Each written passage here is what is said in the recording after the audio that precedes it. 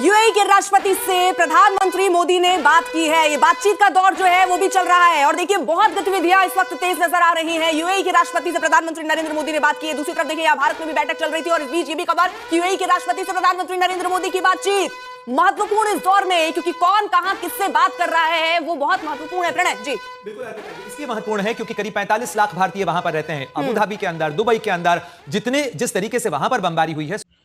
ये एक तो मैं आपको बात बताऊं Nisha, we should thank our leadership, जिन लोगों ने ये फैसला किया कि पाकिस्तान के पास न्यूक्लियर वेपन्स होने चाहिए लॉन्ग अगो। आप इमेजिन कर लें कि how peaceful this country is. हमारे तो फिर मसले और है ना। देखें, सवाल ये ना कि जितने बड़े एम्बिशंस उतने बड़े चैलेंजेस।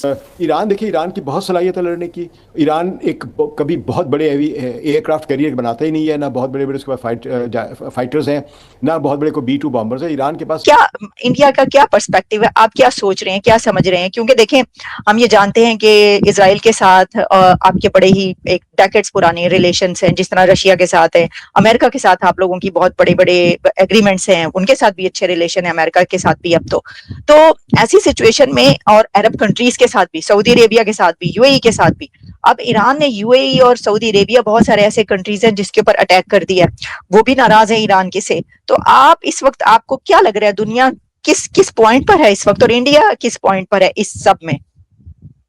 प्रधानमंत्री नरेंद्र मोदी ने इजरायली प्रधानमंत्री नेतन्याहू और यूएई के राष्ट्रपति से बात की। पीएम मोदी ने यूएई पर हमले की निंदा की।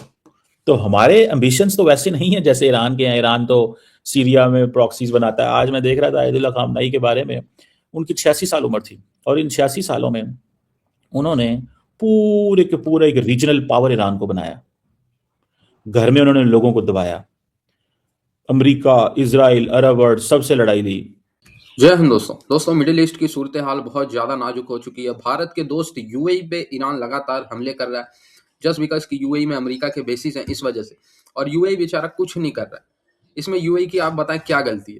अमेरिका अपने वेपन्स के साथ हमला कर रहा है, यूएई तो उसके सपोर्ट भी नहीं कर रहा। अब यूएई को निशाना बनाना कहाँ तक सही है ईरान की तरफ से, ये जो है देखने वाली बात होगी। वहीं यूएई के राष्ट्रपति साहब अल नह्यान जी ने तुरंत नरेंद्र मोदी जी से बात की और दोनों देशों के बीच में बात हुई होगी कि यार ये जो ईरान की मिसाइल्स आ रही हैं, इससे हमें बचाने के लिए आप भी थोड़े कुछ ड्रोन या इंटरसेप्टिंग कोई टेक्नोलॉजी हमें दीजिए तुरंत के तुरंत फौरी तौर पे, या लगाइए जो ये मिसाइल रोक सके।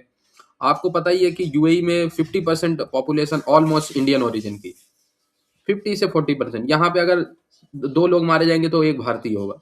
तो भारत के भी काफी ज्यादा कंसर्न है सिक्योरिटी के रिगार्डिंग यूएई में। अच्छा, आप देखें ना, अब सारे लोग जो यूएई में शिफ्ट हुए थे सऊदी में, सब लोग भारत भाग भाग के आ रहे हैं। ठीक है बेटा, सिक्योरिटी के मामले में भारत पे कोई आंच नहीं आ सकती।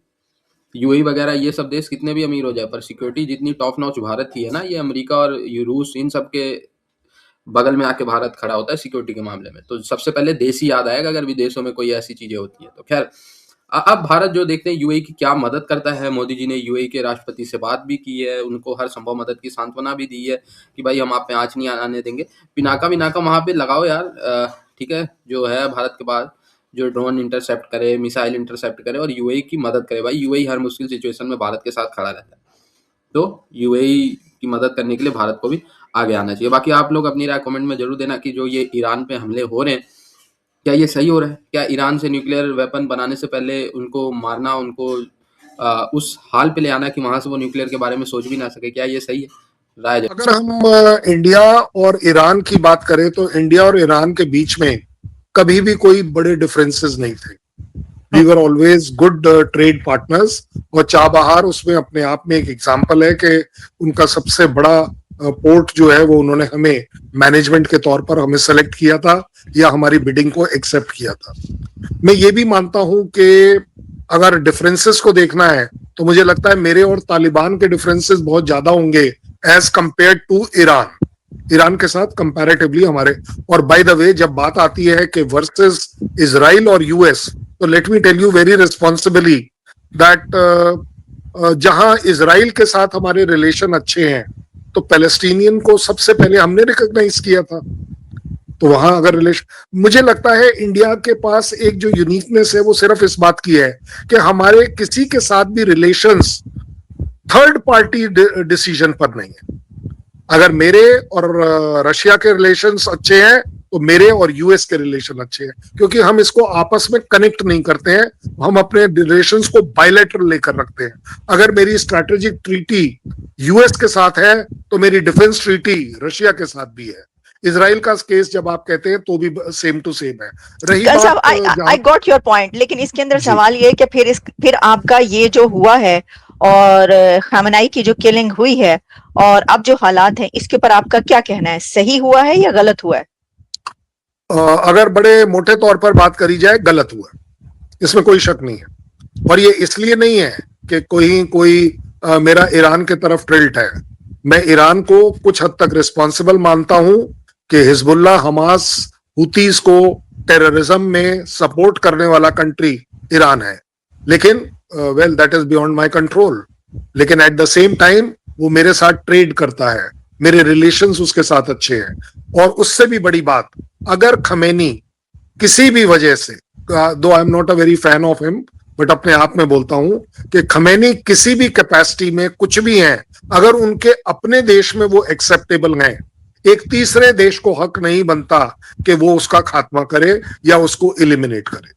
सेकेंड, एज अ रिलीजन भी अगर मैं बात करूं तो आपको ये बता दूं, मेरे ख्याल आपके कराची में तो सिर्फ 70,000 शियाज हैं, मेरे पास उससे ज्यादा शिया है।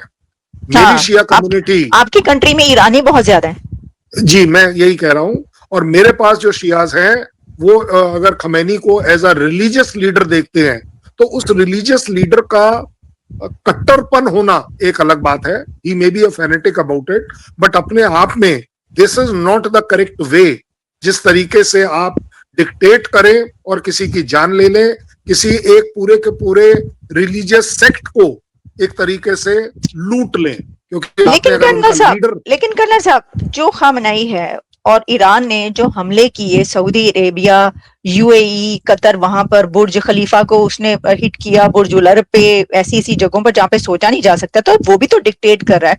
ईरान भी तो ये कह रहा है कि तुमने उसकी बेस क्यों है तुम्हारे कंट्री में, उसके फौजी क्यों तुम्हारे होटल में रह रहे हैं। किसी भी कंट्री की मर्जी है, सऊदी अरेबिया के और यूएई के $100 बिलियन की ट्रेड आपसे भी है और अमेरिका से भी है। वो कैसे छोड़ दें अमेरिका की ट्रेड को और ईरान के कहने पर वो कहें हाँ जी हमारे मुल्क में किसी की बेस नहीं होगी? क्या वो भी तो डिक्टेट कर रहा है? उसने तो हमले तक कर दिए।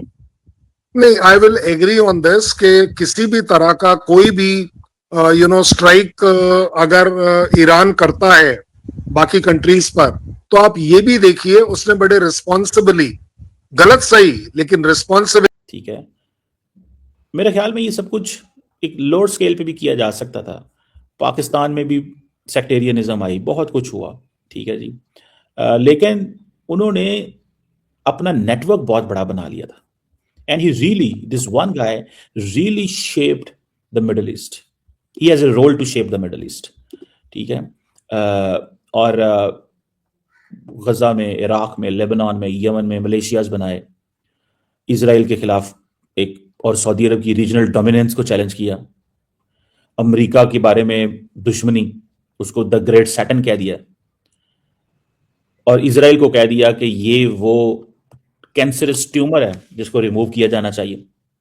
सो he had a very lethal perspective about all these people and all these category. लेकिन एक बात मैं बताऊं, nobody comes to rescue you. कोई भी आपको हेल्प करने नहीं आता, लड़ना आपको खुद ही होता है। You have to help yourself.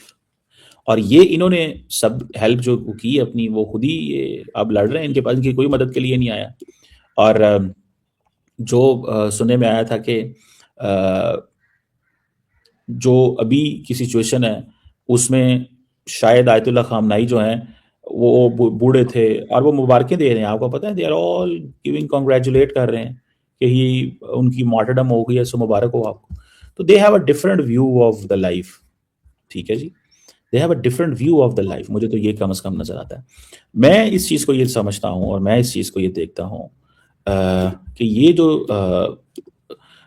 जो सब कुछ है, that's very problematic for all of us.